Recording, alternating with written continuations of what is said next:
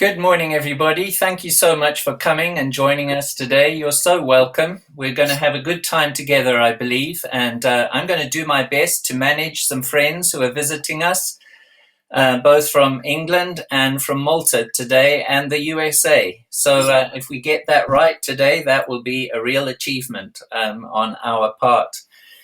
So today we're dealing with addictions and patterning, and I think it might just be worthwhile to remind ourselves about what we are doing here and why we are looking at this whole issue. You'll remember we've been talking about the stages of development.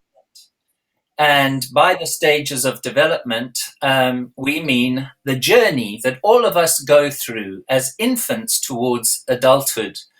We spoke initially about the first 6 to 9 months of people going, of really bonding with their mother. That's the really dominant aspect of this part of our lives. But then, because of the role of the father and because of life circumstances, separation begins to take place, leading to counterdependency. And this is when the child moves away from the mother, but not too far. He or she always wants to come back.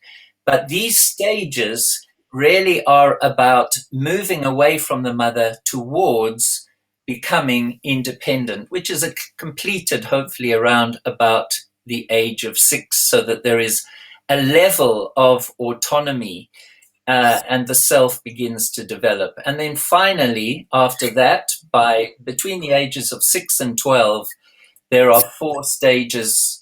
There is an interdependence that is developed. We have today some people that I'm going to bring in a few minutes, but perhaps it's important also, folks, there's a lot of background noise, so I'm going to ask those who are participating and about to be brought in if they could just note that is likely to come through if there is a lot of, if you're doing things on your desktop. So breaking addiction to a person, you'll remember that this relates to the fact that as we go through the development stages, if we don't go through the stages adequately, what we find is we become very hungry as individuals. And embarrassingly, even when we get to adulthood, we find ourselves very hungry to connect. We refer to that as attachment hunger. And last week I went through 12 steps, practical things that we could begin to do to begin to deal with this attachment hunger so that our relationships become more balanced. We're talking about people who struggle with obsessiveness when it comes to relationship building, where they actually cannot deal with their relationships adequately because they are so desperate to meet their own needs. And we referred to this situation as attachment hunger. And there were 4 A's. We spoke about the fear of abandonment, the fact that we become so anxious because we fear that there's going to be separation from the person that we are attaching to. And even though there may be a recognition in our heads that something is amiss with this kind of relationship, even though we know it's obsessive, we can't develop the wherewithal within ourselves to do anything about it. So in other words, this is an addiction that is beginning to take place. And my argument is that this is because of attachment hunger. So now today I want to go one step further and look more closely at what we are doing when we begin to solve this, and therefore we have to I think, explore more about addiction and how to deal with this. But before we do that, I'm going to bring in um, some others. So I'm going to hope that there's Ashley. Ashley, introduce yourself. What do you do for Core Issues Trust? With Core Issues Trust, I do the web design, and I love it a lot, actually. And where are you from, Ashley? I am from Arkansas in the USA. Mm-hmm. And tell me something else about your life that others might find interesting. I have many things. I'm a wife. I'm a mother to 6 children. I'm a musician. I come from a background of being raised by a father who is a practicing homosexual and is currently married to a man. So great. Thank you. of history. Yes. And you can watch Ashley's story on X Out Loud. I think that was featured last week. Here's somebody that you might also know, Mr. Greg. Bring us a greeting and tell us what you do. A trustee together with Mike and Dermot at Core Issues Trust, and I am honored to also lead X Out Loud Europe with Kylie and Mike, and it's been a pleasure to see new faces in Europe coming out to testify of them leaving homosexuality and gender confusion. It's exciting.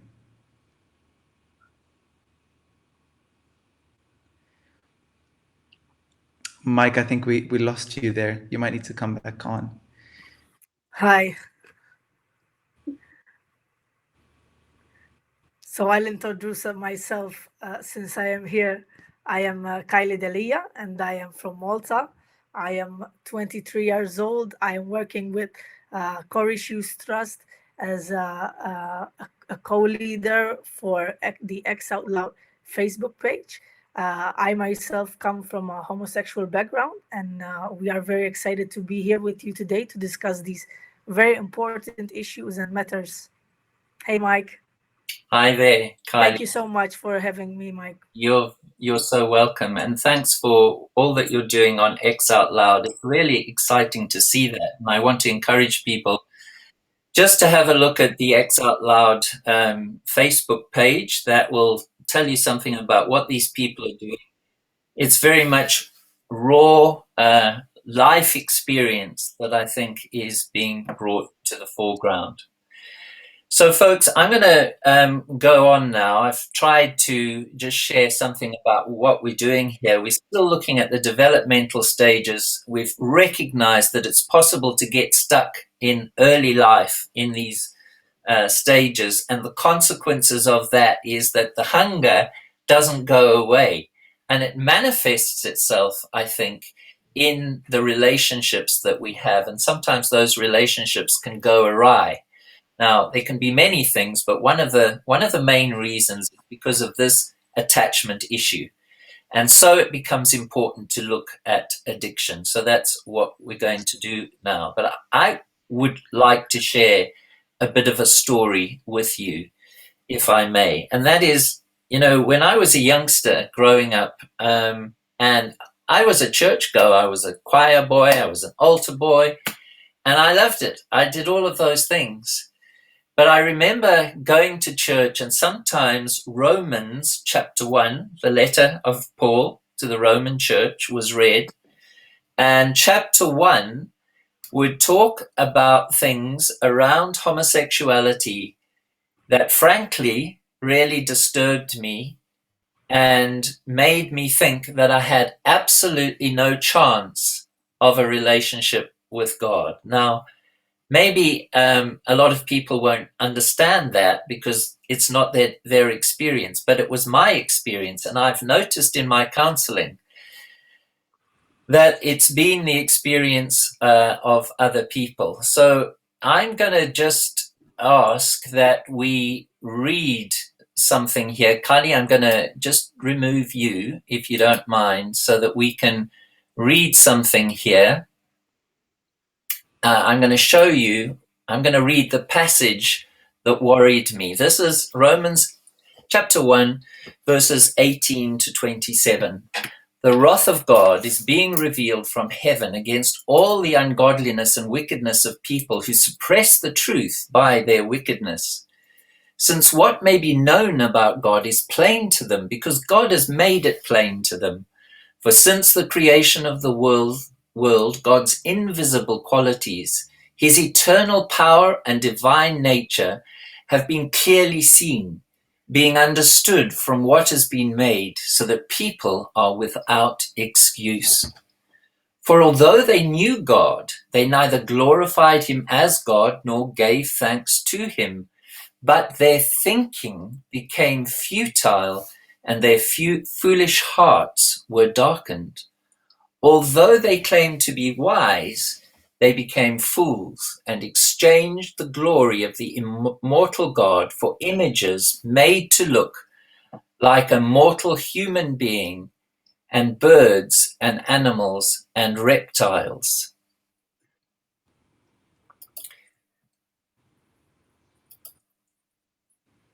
Verse 24, therefore God gave them over to the sinful desires of their hearts, to sexual impurity for the degrading of their bodies with one another. They exchanged the truth about God for a lie, and worshipped and served created things rather than the Creator, who is forever praised. Amen. Because of this, God gave them over to shameful lusts. Even their women exchanged natural relations for unnatural ones. In the same way, the men also abandoned natural relations with women and were inflamed with lust for one another. Men committed shameful acts with other men and received in themselves the due penalty for their error. Okay, so for me, that was quite a difficult set of passages or set of verses to work through, because it seemed to be telling me that God rejected people because of their homosexuality. That was my interpretation. Can you see the problem? Mm-hmm. It may not have been your problem. Now, let me just clarify something. When I do counseling here in this room, in the town that I live in Northern Ireland, or if I'm doing it online, every single session is not about the Bible, but I am doing it today because I think this is a really important issue, and it's something that comes up against us very often. I think people want to make out that we do not have compassion and that we misunderstand this whole issue around homosexuality. So over to you guys. What are your thoughts? Anybody have any reaction to this? What would you say?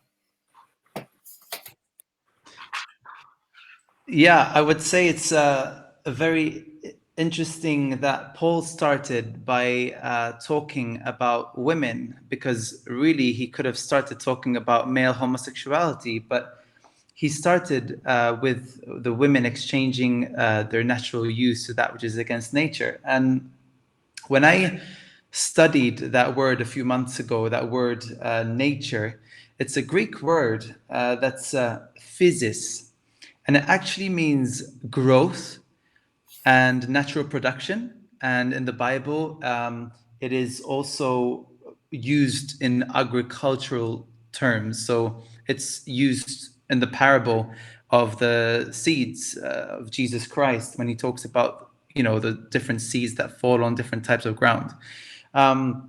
So really, I think it's really interesting that Paul says that women exchanged the use of procreation for that which is against procreation. We see that happening in abortion, but we also see that in lesbian relationships, which does not work for Matthew, growth. we have to have, more of this kind of thing. I can see, because you're really deep sea diving there, which is really important. And thank you. But I'm going to ask you a question here, and that's just simply this: what does the Bible here in this passage teach about homosexuality? What would your response be? I would say that we're seeing that it's a result of idolatry to some extent. If we are going to stick to the literal meaning of what is being said, it's clearly making a statement that it's a result of idolatry, and we need to explore that. Okay, Kylie, what would you say? What is this passage teaching us about homosexuality? Am I correct? It's the only place in the Bible where female homosexuality or lesbianism is mentioned. What would you say? What is it teaching us here in a nutshell? Well, the first time I read this passage, it was quite a hard one to chew because I come from a lesbian lifestyle.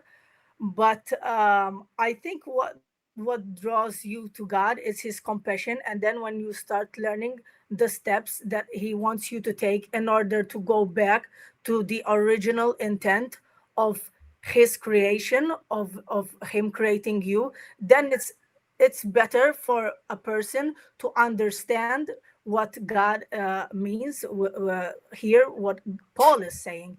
And we have also to remember the context in which Paul is writing to the Romans.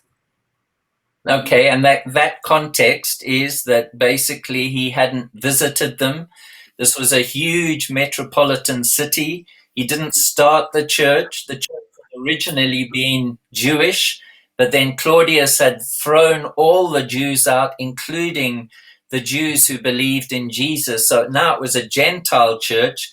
And of course, the Gentiles had been very au fait with homosexual behaviors, whereas the Jewish nation had never practiced this. So I think that context is important. Paul comes. It's just really interesting to me that of all the iniquities that must have been present in a great metropolitan city, Paul focuses on male and female homosexuality. And why? Well, I think theologically, isn't it true? It's because it's closely linked to idolatry and the consequences of idolatry, and it's closely linked to the fact that there is a consequence when we get involved in this.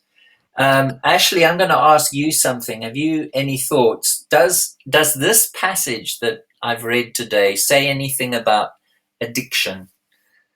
Yeah, absolutely. Because when you're summing it up with the idolatry, when you're summing it up with men giving themselves over to the lust of their flesh with men, and women giving themselves over to the lust of the flesh with women, lust in and of itself is addiction. And I think it's significant that a penalty of us denying truth, of us rejecting the very thing of God's design and what God has called and made to be, us perverting that or living in a lifestyle that's sin, it opens that up to lust of the flesh. And hang on, Ashley, because isn't it about the degree of lust? Because not everybody who has lust in their heart becomes addicted in the area of sexuality. Is that not true? Oh yeah, I think it's interesting because there's obviously different types of lust. there's lust of the flesh, there's pride of the life, there's lust of the eyes. There's different things that we deal with when it comes to lust, but when it comes to in this situation, particularly with it being sexual impurity, that's what really leads to that addiction. Okay, so can we sum it up in this way, that what the Bible is teaching us here is probably actually common to any addiction. If we get ourselves into a situation where we become addicted to substances, to people, to sex of any sort, it's what the Bible is teaching us is it becomes consequential. There are going to be consequences in our lives. Yes. You see, I'm trying to bring it back to why, as a young person, I felt totally condemned by this, because some of these things were happening in my life. And I had to get to the point where I realized, actually, if I didn't get help from the one who created me, there was no way out of this cycle. Mike, I think it's also worth mentioning here that the Bible speaks here about a thinking process, because Paul mentions the fact that their thinking became futile. So it is. So here Paul is telling us that there is have evolved new patterns in their ways of thinking, which I think can be linked. These patterns can be linked then to addiction. I think that's helpful, Kylie. It's very interesting to me that the passage ends with this notion of, bearing the consequences in themselves. It talks about God giving them over and then bearing the consequence in themselves. I don't know if any of you have reflected on what that means. We just got a couple of minutes left before we go on to something else. And I do want to welcome all of those who've come. So Mike and Michelle and Karis and Ali, it's great to have you. We're going to come back to you. And please do feel free to raise questions, and we'll certainly interact with those. But we're just going to finish this, if that's okay. Do any of you have any thoughts about these consequences that the Bible is talking about here? Consequences in themselves. I think the point and the goal would not be to put the flag down and say, this is what it is. I have the revelation. But I think it could be referring to generational curses, which is very big in Christianity. These things can be broken through prayer in the name of Jesus and by the power of the Holy Spirit, because Jesus became a curse for us on the cross. That's our faith, so that we don't have to come under generational curses. I would say it's also a reference to same-sex attraction. Some people have talked about sexually transmitted diseases and how that can open the door to disease and to physical affliction. And so we see that actually, this level of disease was never God's design, but man brought it upon himself. Okay, anybody else? We've got about 3 minutes left, but in a nutshell, what is the penalty that they received in themselves? Any other thoughts? What I can say from my experience maybe is that pursuing homosexual relationships and idolizing another person, that left me in a state of always wanting more and never being fully satisfied, and ending up being emotionally dependent on someone else. So trying to find wholeness in other things apart from God, I ended up being more broken. So I guess in my mind I connected to tasting the fruit of the seeds that you have sown in your own life. Okay, in conclusion, I'm just going to offer this, and it's just a suggestion, and maybe we can take some questions and disagree or agree at some point later on towards the end of the program. But I have to say that walking through homosexual patterning in my life has been not easy. It's been a struggle. There've been great victories, but I have had to deal with behaviors and thought patterns and the residue, the stuff that remains, even when you stop practices, even when you desist from doing the things that you used to do, whether it's acting out in ways other than, in a physical way. Maybe it's fantasizing, maybe it's looking at pornography. It's been a hard thing to do. So I'm kind of I'm kind of thinking here that the issue about this penalty that we receive is, if we open that door, it is going to have consequences for the rest of our lives. So those among us who have feelings but they've never acted on it openly, actually they're in a better position. And the danger is they romanticize relationships.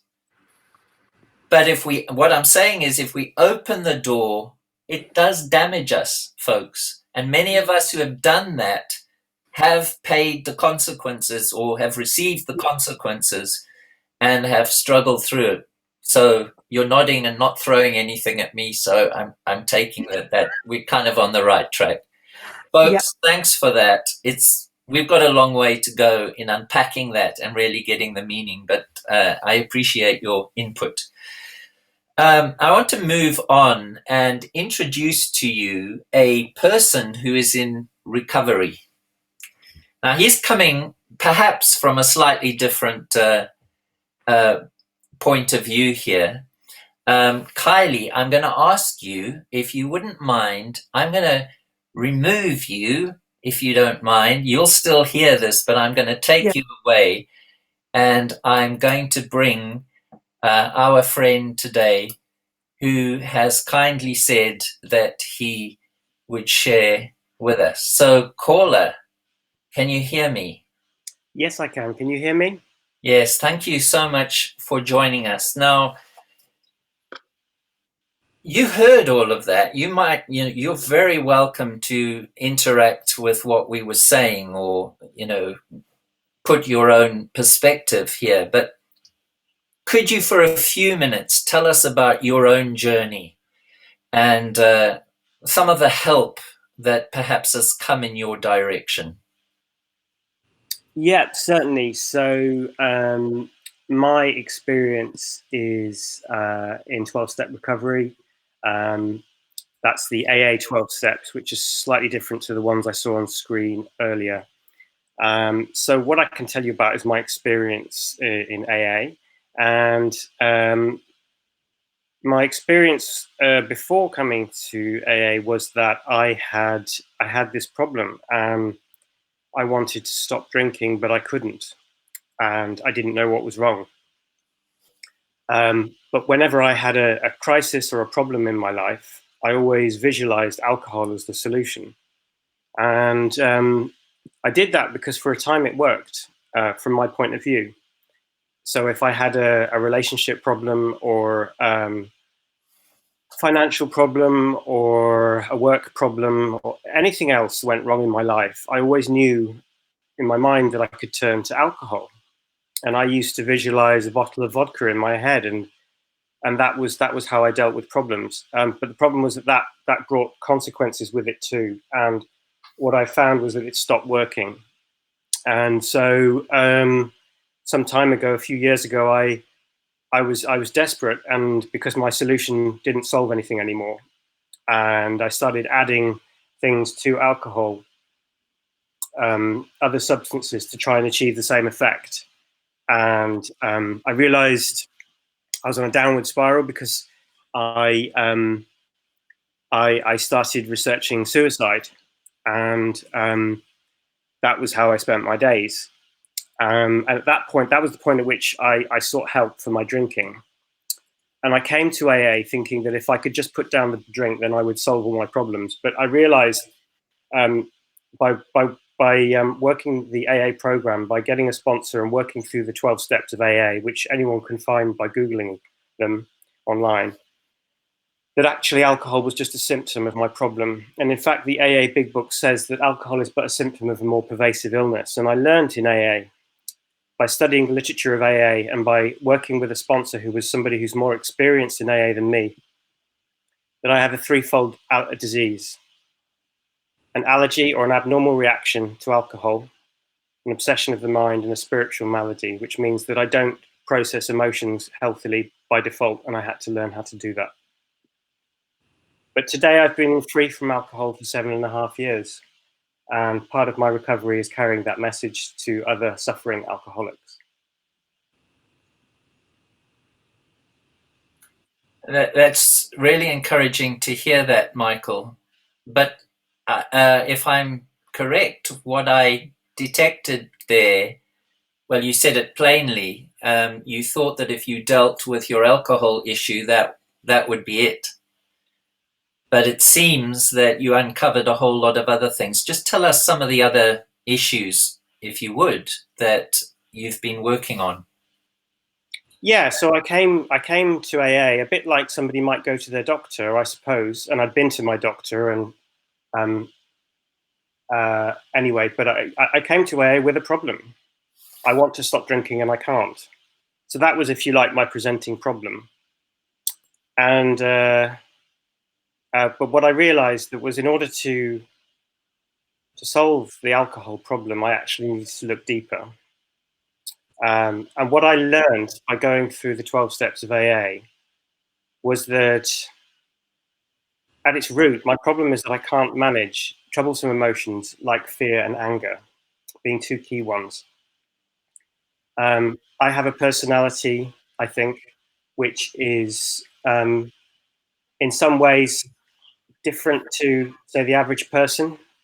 I would describe it as slightly distorted, slightly more extreme, and that can have positive consequences. But in the context of alcohol and other addictive substances or behaviors, it's a dangerous thing. So what AA has given me the tools to do is to manage difficult emotions and my own personality using different tools that are not alcohol or drugs or other behaviors which bring negative consequences. And the tools that I've learned, there are. I mean, I think that looking at the 12 steps is a good way to learn about that more. But in brief, I can just describe it as: I can't, my higher power can, let him. That's a very brief explanation of the first 3 steps. I'm powerless. I'm willing to entertain the idea that there may be a power greater than me in the universe. So I'm willing to hand my life over to that higher power. There was work to do, what we call clearing away the wreckage of the past, which is a step 4 inventory, and then making amends to those I'd hurt. Michael, can I just say that sounds a bit like repentance and restitution? Well, I'm not an expert on Christianity, but yeah, I do see similarities. So I came to AA an agnostic, and that's quite common for people. I've learned. In fact, there is a chapter in the AA Big Book called We Agnostics, and that's one of the first chapters in the book. So I thought I was quite unique and different, but actually a lot of alcoholics are agnostics or atheists. So mate, can I just jump in here? And I'm sure Kylie and Matthew, you may have questions, and please do raise them.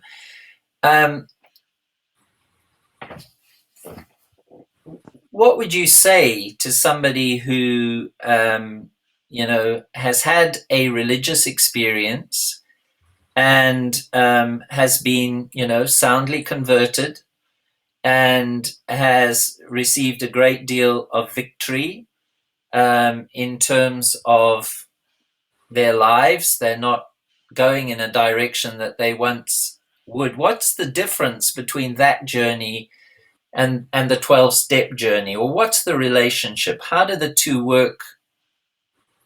Are they just different systems? How do you understand this? Well, I can only really speak with from my experience in AA, but what I will say first of all is that the road in AA is broad, and it is for everyone. And the AA program was designed so that it is available to anyone that needs it. Part of AA, the 11th step of AA, which is one of the later steps, encourages the alcoholic to develop his connection with his higher power or God of his understanding or her understanding.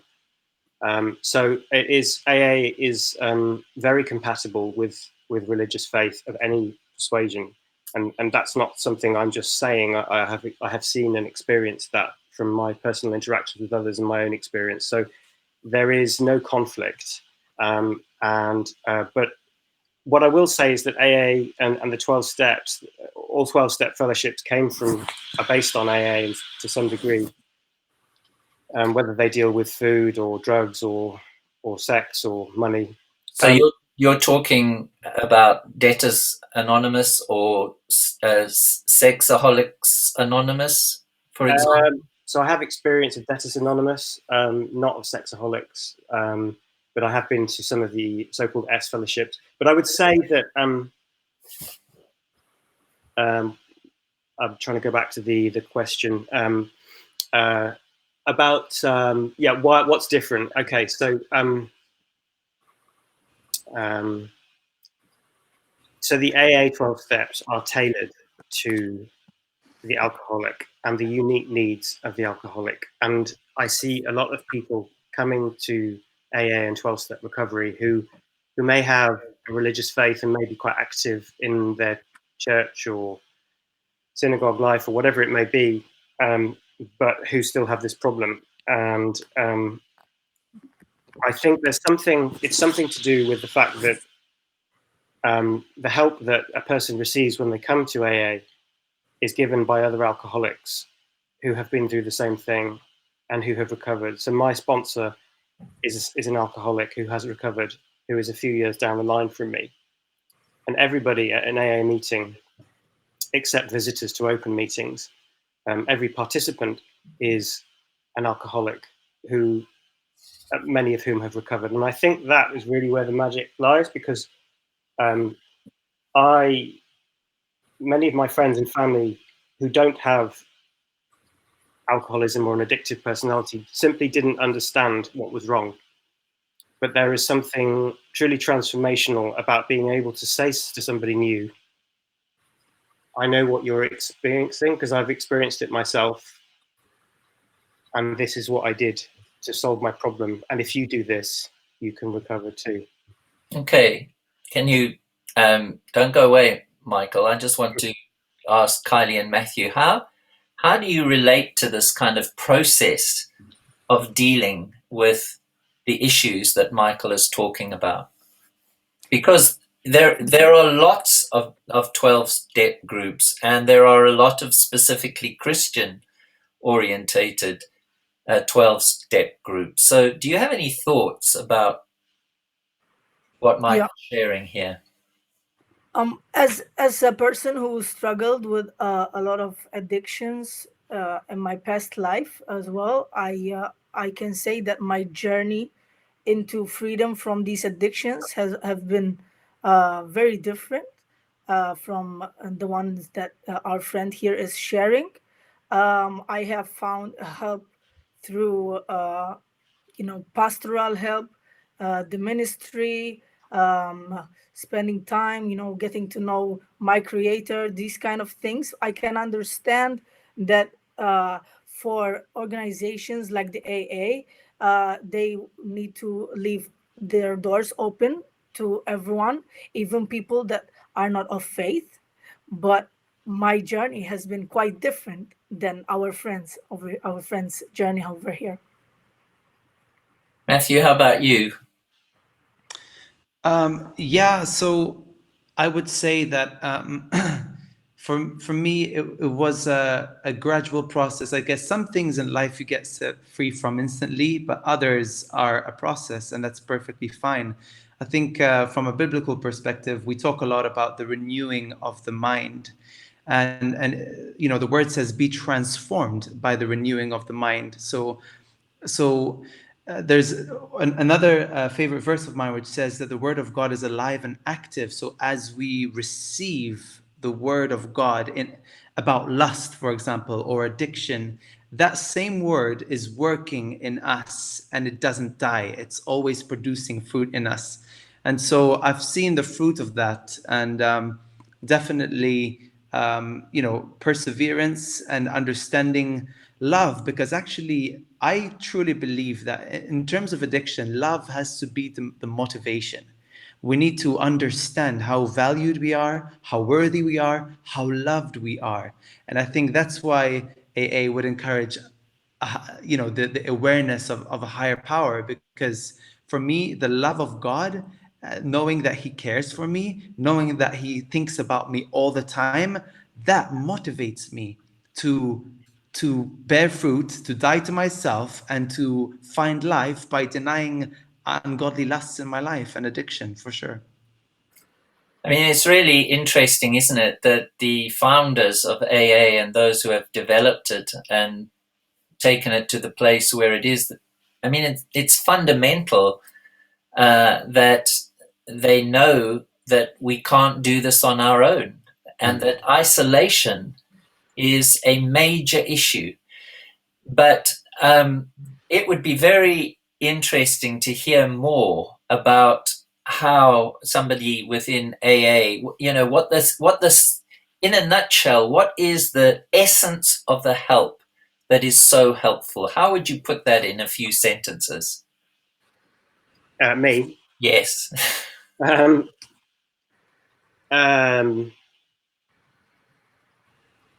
So I think that initially what you're saying is right. It's difficult to distill it into a few sentences because it's such a comprehensive program. I'll do my best. So initially, yes, the fellowship, i.e. companionship, the shame is lifted because I no longer have to feel like I'm the only one or that I'm a failure. People accepted me. And I get to be free of my past. Not free in a sense of dissociation, but at peace with it. And more than that, my past gets converted into usefulness for others. AA Big Book describes it as a limitless load. The most valuable thing, and really once somebody has recovered personally, i.e. gone through the steps, I would say that the most powerful thing about AA for me now is that that I get to carry the message, and that's step 12 of AA, is that it stopped being just about me the moment I walked into AA, and I realized what that means now is that pain and difficult experience is now transformed into usefulness for others, so that when somebody comes in desperate like I was, not knowing what's wrong and with no solutions, I'm able to offer a real solution and to extend the hand of fellowship, and if they want it, to offer them recovery. And it's not really about me, but I'm just the channel for God or my higher power through whom they can learn how to recover. And that really today is the most rewarding thing in my life, and it is the best insurance policy, as my sponsor would describe it, against needing to drink. I don't even think about drink anymore. I used to be obsessed with it. It used to be my solution, and it just doesn't come into my mind. And I'm free, and I'm more than that. I get to carry that message. And what I will say about the religious element is that many people have a damaged or non-existent relationship with God, and when they come into the fellowship, and the reason that the steps are designed in the way that they are, it can be viewed in a way as a kind of a gateway back to a relationship with God, because many alcoholics or addicts, when they come in, they're in such a spiritually damaged condition that there is little or no, more likely no connection with any kind of notion of a higher power or God. And what AA does is it provides a way out. In fact, the Big Book was what was originally working title was A Way Out. It's a way out from that spiritually damaged, broken place back to a relationship with God and with their fellow men and women. So would I be correct from an AA point of view? This probably sounds very simplistic, but I'm just trying to work it out in my own mind. I mean, the process that you're going through in AA is also about looking at, I guess, the emotional issues that have contributed to this need for substances. Is that right? Absolutely, yeah, at its root. So, like I said, I came in thinking alcohol was the problem, and I realized that my problem was my thinking and the way that I manage my emotions. And AA provides a new way of managing emotions and a new way of managing my thinking. And the result of that is a transformed life. Ashley, I'm going to give you a minute because you've been listening there. You may have a perspective, but I'm going to ask those who have tuned in and have given us their time today. If you have any specific questions for the caller or the issues that we're dealing with, maybe you could just enter them now and I'll do my best to make sure they're heard. But Ashley, you got a perspective here that you'd like to share? I do, actually. My father is an addict. He was an addict before he married my mother. He tried to better his life by going through a little bit of rehab, and then he ended up falling back into alcoholism, and then it just progressed back into the use of marijuana, and then it went to meth. And so there was all of these different things, but ultimately it came down to he couldn't cope with his same-sex attraction, could not cope with it. And his way of doing that was by substance abuse, by covering it up through an addiction. And my older brother, he was also an addict. He dealt with a lot of emotional issues growing up, where he had those attachment issues, a lot of brokenness in his life. And because of it, he clung to sinful behavior, but he also clung to, he was a horrible alcoholic, and he used every drug imaginable. So, and that ultimately took his life.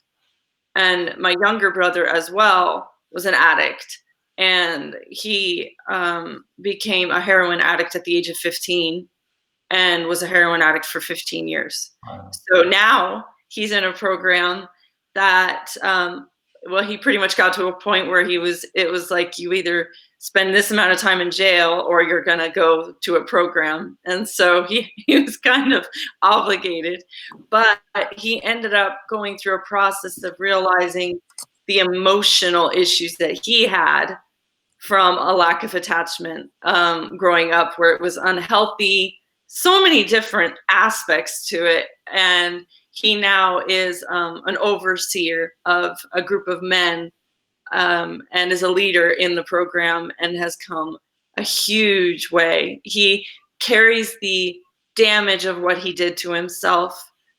He has scars on his body from where he tried to kill himself. And so, you know, there's evidence on him and within his soul and within the things he's battling within himself that still reveal that he lived that life, but he's overcoming it through processing it in a way. And yes, faith has made a huge difference in that. And the key has been actually being willing to bring light into that dark place that we hide in. That's key. Thank you, Ashley. I'm going to give the last word to our caller. Do you have a response to that or a reaction? Well, it rings true, and I think that what your brother is doing with the other men in his group is a bit like what I try to do at my local AA group, I just want to say that AA, it provides a way back to faith for those that choose to seek it. It doesn't insist on it or dictate it, but what I look back and I realized that I had it was like a black hole inside of me before I came to AA, and nothing would fill it.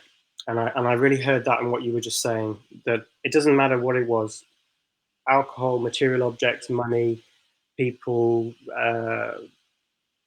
sex, drugs, anything. It would never be enough. And what I was really seeking was peace with myself, and authentic relationship with others, and with God, the God of my understanding. And actually, my own journey through the 12 steps has led me back to my Christian faith, which I had abandoned in earlier life. So I just want to emphasize that there is no mutual exclusivity at all. And in fact, it's written into the 12 steps of AA that people are encouraged to develop their connection to God and to explore spiritual path as they understand it. I have a friend who's a Buddhist. I sponsor someone who is Jewish. That there are, that is encouraged, but many of my friends are also Christian. But that comes later. There's something that needs to be dealt with first, which is this terrible dependency. And I would also say, just finally, that it requires work on my part, and on the part of anyone who truly wants to recover. I've seen people go into rehab or come into recovery and sort of just check it out and hope that that's enough. It required me to change my way of living to some extent, and I have to put in actions on a daily basis. It's not the question of, no, I'll just pop in, then I'm done, and I'll never go back. I have to integrate it into my daily life, and that for me includes prayer, includes reading, includes helping others. Great. Thank you so much. There's a couple of questions that I've got to squeeze in here. Yeah. So Ferguson, I think, our caller and Matthew and Ashley might also want to respond to this. I think he's asking, what's the difference, or is there a difference between substance dependence and addiction to, sex and to same-sex attracted people? And that's related, or to people of the same sex. So, is there a distinction between substance dependence and dependence in terms of sexuality, and particularly same-sex attraction? That's the one question. And related to that, somebody else is asking here, Mike is asking, do you think that homosexuals are particularly vulnerable to addictions? I'll just open that up. We literally have 2 or 3 minutes before I must summarize, but I'd be interested to hear. Anybody? I would say that everybody is vulnerable, and I wouldn't say it's specifically homosexuals. I just think that we all are, flesh. We all have a mortal body, and as long as that will be, we are subject to weakness. We are subject to anxiety, fear, addiction. So really and truly, we are all enslaved to sin. And I think we can all see that we are all subject to sin. We all fall short. And that's where the gospel comes in, because actually, the Christian faith is about being saved from human nature. Because in the Word of God, in the Bible, human nature, it needs salvation, and actually the good news is that when we come to Christ, we surrender our lives to Him, we believe that we receive the Holy Spirit, we can partake of the divine nature of God, and this is a huge privilege. And that's the good news, that we can be set free from this nature that is so subject to sin and weakness. Can I just raise something that actually I think Karis made earlier on today? She's talking about the loss of faith in God as the creator. That's one of the penalties that Romans is talking about. And I mean, our friend who's come in today has spoken very much about his personal journey and his help that he's received in the AA context. He's also spoken about reclaiming a faith that he lost, his Christian faith that he lost, that, there was great improvement. I mean, it just seems to me that in all of this, that, indeed, what we are underlining is this lack of contact with our Creator, the one who is bigger than all of us, is actually fundamental. Now, I'm literally going to give you like 30 seconds, caller. Could you just give us your last word, and then I am going to summarize and end. Yeah, I would say, regarding your question, that AA has inspired many other 12-step fellowships that use exactly the same 12 steps to deal with many other problems. You referenced Sexaholics Anonymous. Anyone can go online and look at the 12 steps of Debtors Anonymous, Alcoholics Anonymous. There are many, many others. Have a look at them all. These 12 steps contain something magical that I don't fully understand, and they offer a way out of the misery of addiction, not just for alcohol, but for many, many other things. And that is testimony to the power contained within them. Well, thank you for that. I'm going to just remove some of you for a minute, if that's okay. And I'm just going to make sure that we don't lose our bearings here. We've been talking about a counseling plan for those wanting out of homosexuality. We've identified that attachment hunger is a real issue when we don't go through the developmental stages in early life. And yes, we are saying that these issues are related to developmental issues in early life. We've seen the impact of addictions, and I've said very little about patterning, but I guess that is really where I want to go just in the closing few minutes today, because it's important that we recognize that when we get involved in things that replace the essence of our being, and the relationship that we all do have with our Creator, whether or not we recognize it, it establishes new patterns in our lives.